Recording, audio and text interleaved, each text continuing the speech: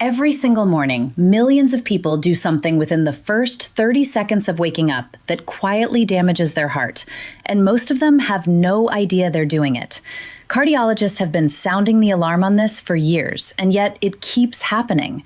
What's even more alarming is that it's not about what you eat or whether you exercise. It's something far simpler, something you probably did this morning. So let's talk about what's really going on inside your body the moment you open your eyes, because understanding this changes everything. When you're asleep, your body is in a beautiful, calm, low-gear state. Your heart rate is slow, your blood pressure is at its lowest point of the day, and your blood is slightly thicker and more prone to clotting. That's just how human biology works during deep rest. Your nervous system is in what we call a parasympathetic state, which basically means your body is recovering, repairing, and resting. Everything is quiet. Then the alarm goes off.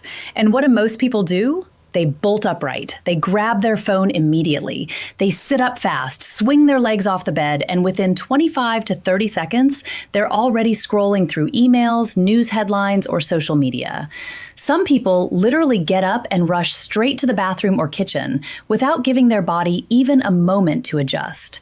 That 25 to 30 second window, that frantic, sudden, jarring transition from deep rest to full alertness, is what cardiologists are calling one of the most underrated risk factors for morning heart events. And the science behind it is actually pretty fascinating. Here's what's happening inside your body during that rushed morning transition. The moment you jolt awake and jump into activity, especially if there's a loud alarm, stress, or immediately stimulating content on your phone, your body triggers a massive surge of stress hormones. Adrenaline and cortisol flood your system almost instantly. Now, cortisol is supposed to rise in the morning. That's normal and healthy. But the rate and intensity of that spike matters enormously. When you shoot out of bed abruptly, your heart rate jumps sharply, your blood pressure surges, and your blood vessels constrict all at once. Meanwhile, your blood is still in that slightly thicker, more clot-prone nighttime state. So what you've got is a sudden spike in pressure rushing through narrowed vessels with blood that's primed to clot. If there's any underlying plaque buildup in your arteries, which a huge percentage of adults over 45 have without knowing it, that combination can literally dislodge a clot or cause a rupture. This is not theoretical.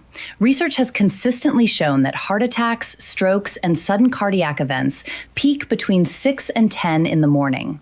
One large-scale study found that the risk of a heart attack is nearly 40% higher in the first hour after waking compared to other times of day.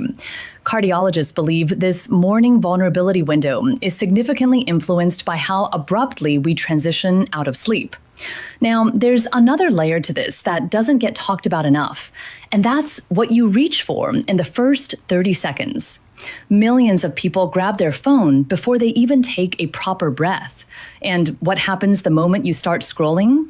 Your brain processes information, your stress response activates, your cortisol shoots up even faster than it normally would. You might see a stressful news headline, an upsetting message, a work email, and suddenly your body is flooded with psychological stress on top of the physiological stress it was already managing. Your heart doesn't know the difference between a real physical threat and a stressful email. It responds the same way: faster rate, higher pressure, tighter vessels. Doing this every single morning, day after day, year after year, creates a chronic low-grade stress pattern that contributes to arterial inflammation, hypertension, and long-term cardiovascular risk. Cardiologists describe this as a slow burn. It doesn't cause a heart attack tomorrow, but it absolutely increases the risk over time. Let's also talk about blood pressure for a minute, because this is where things get really important. Most people with high blood pressure don't feel it. There are no obvious symptoms most of the time, which is why it's been called the silent killer for decades. Your blood pressure naturally starts rising about an hour before you wake up, as part of your body's preparation to become active again. It's called the morning blood pressure surge, and it's a well-documented physiological phenomenon. The problem is that in people with existing hypertension or even undiagnosed borderline high blood pressure, this morning surge can be dangerously amplified, especially when combined with abrupt waking, sudden movement, emotional stress from phones, or stimulants like caffeine consumed too quickly. Studies have shown that in hypertensive patients, the morning surge in blood pressure is one of the strongest predictors of stroke and cardiac events, stronger in some analyses than average daytime blood pressure. So, what should you actually do instead? Because knowing the problem is only half the equation. The good news is that fixing this doesn't require a massive lifestyle overhaul. It requires about 2 to 3 minutes of intentional behavior every morning, and that's completely achievable. The first thing is so simple, it almost sounds too easy, and that's to wake up slowly. When your alarm goes off, instead of jolting up, give yourself 60 to 90 seconds lying still. Just breathe. Take 3 to 5 slow, deep breaths before you move. This is not laziness. This is biology. You are giving your cardiovascular system the time it needs to begin its transition from rest to wakefulness at a safe and gradual pace. Your heart rate will rise naturally and smoothly. Your blood pressure will adjust correctly, and that dangerous spike is significantly blunted. Some cardiologists actually recommend setting your alarm 5 minutes earlier than you need to get up, specifically to allow for this transition period. The second thing, and this one is going to be hard for some people, is to keep your phone face down and out of reach for at least the first 10 minutes after waking.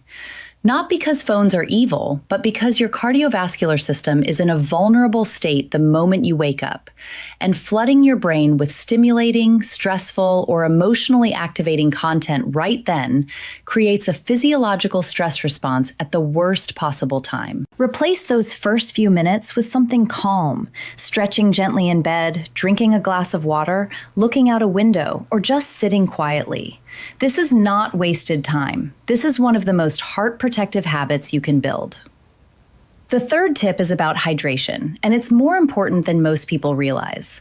During sleep, your body loses fluid through breathing and natural processes, and by the time you wake up, you're already mildly dehydrated. Dehydration thickens the blood, makes clotting more likely, and increases the workload on your heart. Drinking 250 to 400 milliliters of water, roughly a full glass, within the first 15 minutes of waking helps thin the blood back to its healthy consistency, supports blood pressure regulation, and gives your cardiovascular system a meaningful protective boost. Room temperature water is actually better than ice-cold water first thing in the morning, because cold water can cause a brief vasoconstrictive response in some people. The fourth thing to be very mindful of is how you take your first steps out of bed. A condition called orthostatic hypotension, which is basically a sudden drop in blood pressure when you stand up, affects a significant portion of adults, especially those over 50, and it's far more common than most people know. If you've ever felt dizzy or lightheaded when standing up quickly, that's it.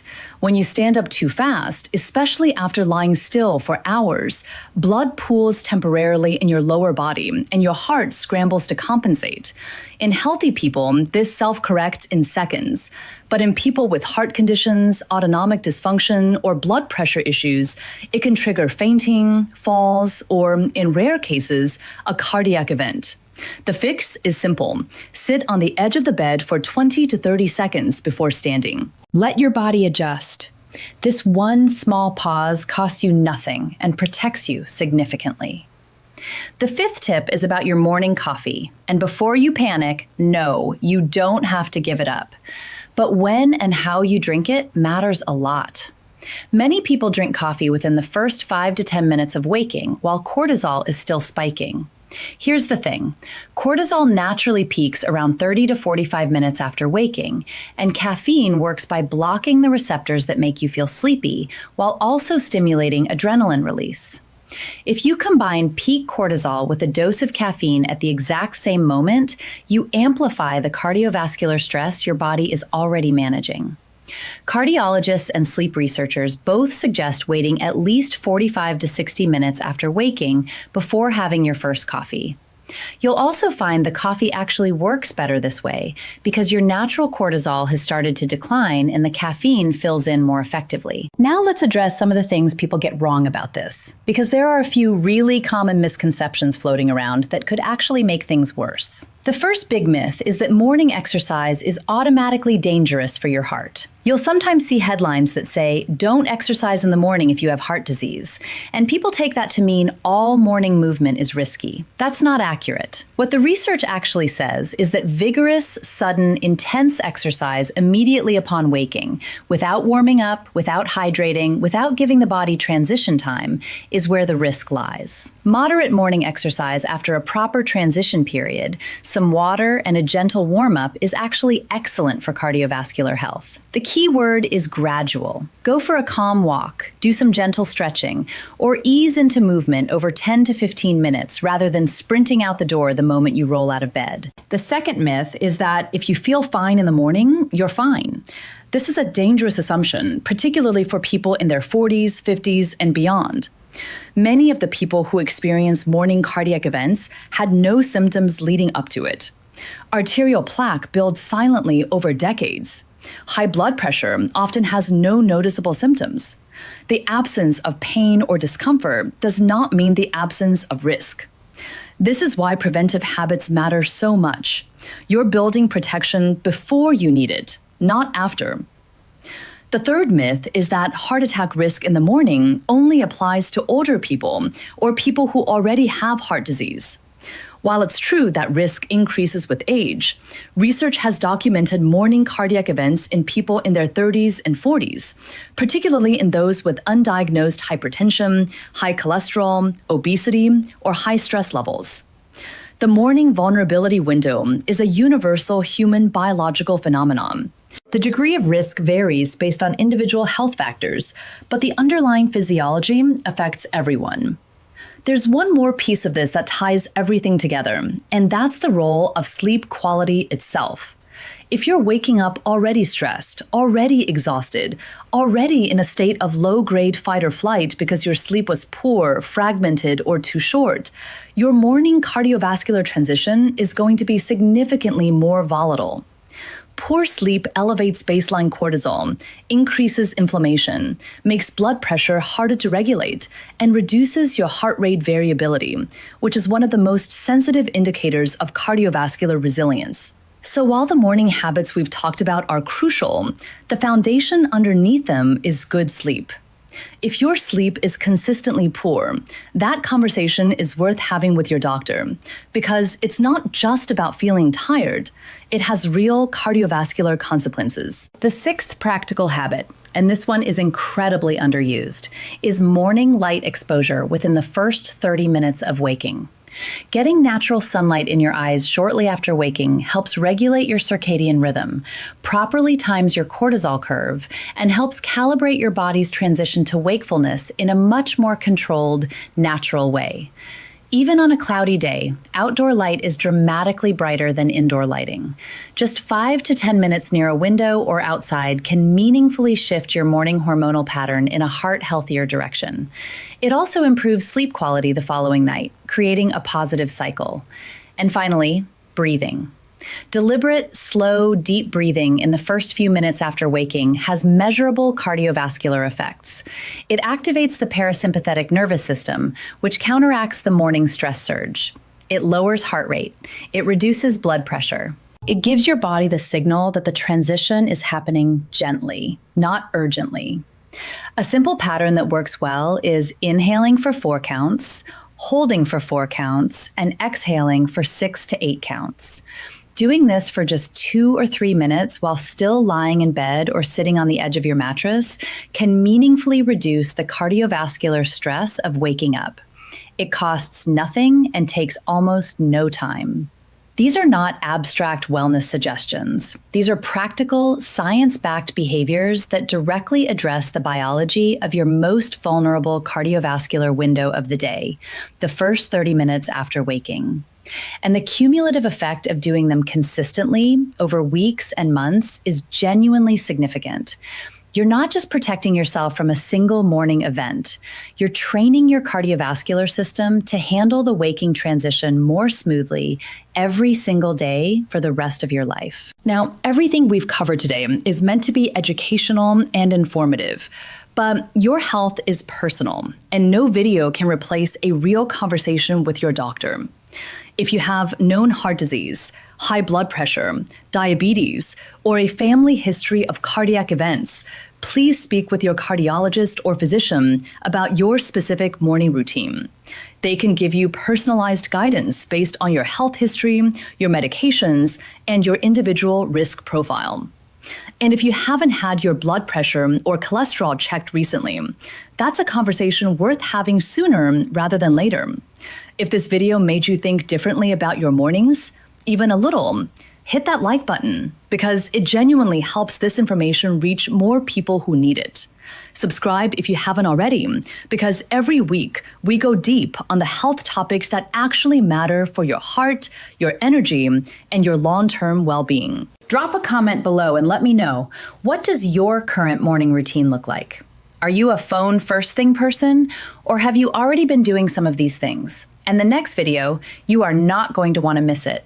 We're talking about a very specific type of chest pain that most people ignore for years, assuming it's indigestion or anxiety, and why cardiologists say catching this early could be life-saving. That one is coming very soon, so make sure you're subscribed so you don't miss it. Take care of your heart. It's been working for you every single second of every single day. Give it a good morning.